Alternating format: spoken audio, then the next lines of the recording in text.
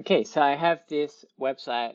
It's up on this Amazon URL. It's not super obscure, but I don't think anyone's going to stumble across it. I'll just have it here for a few days, and then we can move it to a nicer or more obscure URL later on. We can always password protect it if we need to as well. So yeah, this is my first pass at the website. I started working on this a couple of months ago.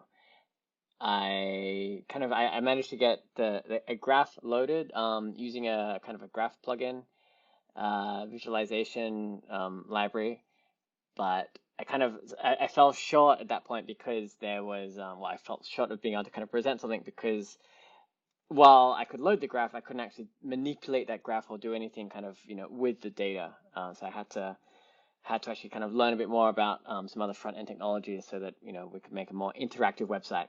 And that's what I'm showing you in this video. So ignore anything to do with styling, so presentation, colors, fonts, size of fonts. It's all fairly messed up right now.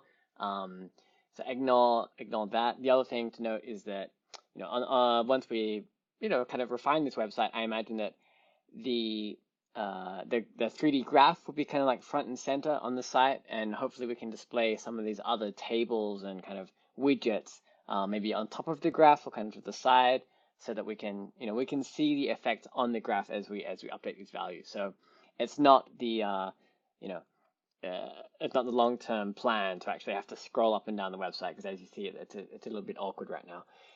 So yeah, so what do we have on the site? We have um, over here we have this attribute table, which I'll jump back to. We have the graph itself.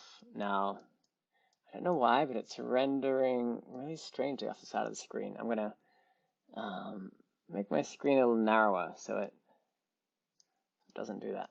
I'm not sure why it's kind of ended. It should be in the center. I think it's something to do with my video recording program. Anyway, this is the graph. It's quite pretty. Get back to that. We also have the kind of listing of all the nodes. So I'll go through everything bit by bit. So I'll start with a graph. Now, yeah, this should be bigger on screen than it is, but anyway. I'm manipulating the graph with a mouse right now. I'm using the kind of the mouse scroll wheel to zoom in and out. And other things we can do right now is we can hover over nodes. It will display their short name. We don't have all the labels displayed on the graphs in differing sizes like we did in Unity. Getting that text to work as it did it was quite challenging. Hopefully it's something that we can replicate within this system. I'm not sure how kind of clean the fonts are going to be. Like it took quite a lot of work to get the fonts working in Unity. So yeah, we'd have to look into kind of how good we could make the label rendering. I mean, like a lot of this is done by a like backend.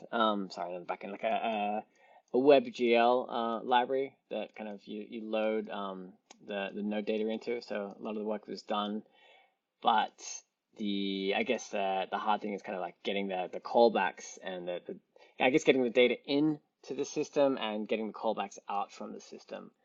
So yeah, there's still a fair bit of work that we'd also need to do in terms of customization for this engine, for example, being able to display multiple colors, maybe like rings around a node if it has multiple attributes set.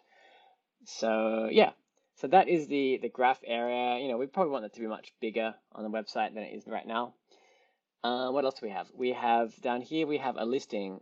So right now, as of today, there's nothing to do with the edges on the website. It's all about the nodes. Obviously, edges is kind of just like a logical extension of what we've implemented for the nodes, so that should be okay. So yeah, we have this table. It's 411 nodes, so I'm kind of scrolling through them right now. What we can do here is we can do a filter, so I can, I can type in, if I type in phosphate, it's got every node that has the word phosphate in its somewhere in its name. So it'll capture. Yeah, so see how that works. It's fairly obvious. we can select a node and then we can hit focus. And now the graph is actually zooming in on that node. It's quite a nice effect. It'll be much nicer when you can see the entire table at the same time as viewing the 3D graph. Yeah, so that's how we select nodes. The other thing that we can do is if we select a node in here, that's kind of a debug message, it will zoom in on the node, and it's also displaying the node in this area over here. And so presumably in the future, rather than saying select the node N217, we'd actually have a table with all the attributes of that node, as we did in the Epic Cylinder version. So that's where we are with that table.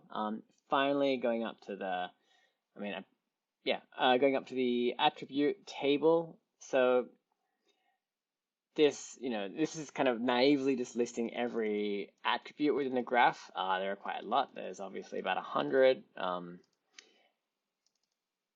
I'm just going to go through the G attributes that we'd set for the cylinder demo. So basically, right now we can only associate a Boolean attribute with a color. So what it's going to do is if the attribute has been selected and we've specified a color for that attribute, it will set up a modifier. What that means, I'm going to go over here to G4 and I'm going to click yellow. So I'm clicking this color. So we have this modifier which is now saying up here, name G4, or it should be called attribute really, G4, color, yellow. So what that means is if we come across a node that contains the attribute G4 and the attribute G4 is set to true, then let's render it with this particular color. So right now, all we're doing is color. The colors do not stack, unfortunately. I know that's a request we had in the cylinder, which we weren't able to implement. And yeah, it's something ideally we would implement here so that we could select multiple nodes and have them kind of like, form maybe concentric rings around a node, which met the attribute criteria. So yeah, this is going to say, I'm going to clear these and just go back and say anything marked with G4 where G4 is true, set it to orange. So if we go down to the graph here, we'll see that that's happened. Now we can do the same thing with, let me reset it again.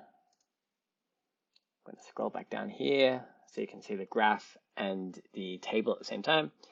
And I'm going to say anything set with G1, let's set to yellow. So there we go. It's yellow. Let's change it to blue. Yep. Now there's kind of undefined behavior when we set multiple elements and give them kind of color attributes. So I'm going to say, let's set G1 to yellow. Let's set G2 to blue. That's green, not blue. So now anything marked with G2 is set to blue. But if it happened to also be marked with G1, it'll be overridden by the color yellow. So that's not really the nice behavior would be that the node would probably be like green and then it would have like a yellow circle around it, like a ring around it. Yeah, so right now that's all we've implemented. I don't have opacity. I was trying for hours on Saturday to get working, but there's a bug in the underlying library, so opacity is not working. I can turn the nodes on and off if I want to. I don't have that in there right now. We can do things like coloring the edges as well. I haven't really touched the edges at all. They're pretty thin right now, as you can see. But yeah, I mean, I think we have the start here. The render speed is okay on my MacBook Pro, but my MacBook Pro has quite a fast graphics card in it. Displays okay on my brand new iPhone, but it's it's not really a a website which has been made for phone-based browsers. But yeah, it's quite a accessible way to view this data in that you could hopefully you'd be able to send a link to someone, you'd be able to kind of save out sets of attributes, and they would be able to browse the data in this kind of 3D form without installing specific graph software on their desktops. So yeah, that's what we have here. Yeah, obviously a lot of kind of next steps that we can take. One would be making this website more presentable, looking at the styling. The other is probably getting, probably the most pressing thing right now is getting more attributes in here. So being able to say color, visibility, edge color, edge thickness, node size. Yeah, some of those things may be easier to do. Others will be a bit harder. Because some of them could be a lot harder, like text rendering. So it's really about thinking of what gives us best bang for buck in terms of implementation. But yeah, I'll leave it at that and speak to you soon.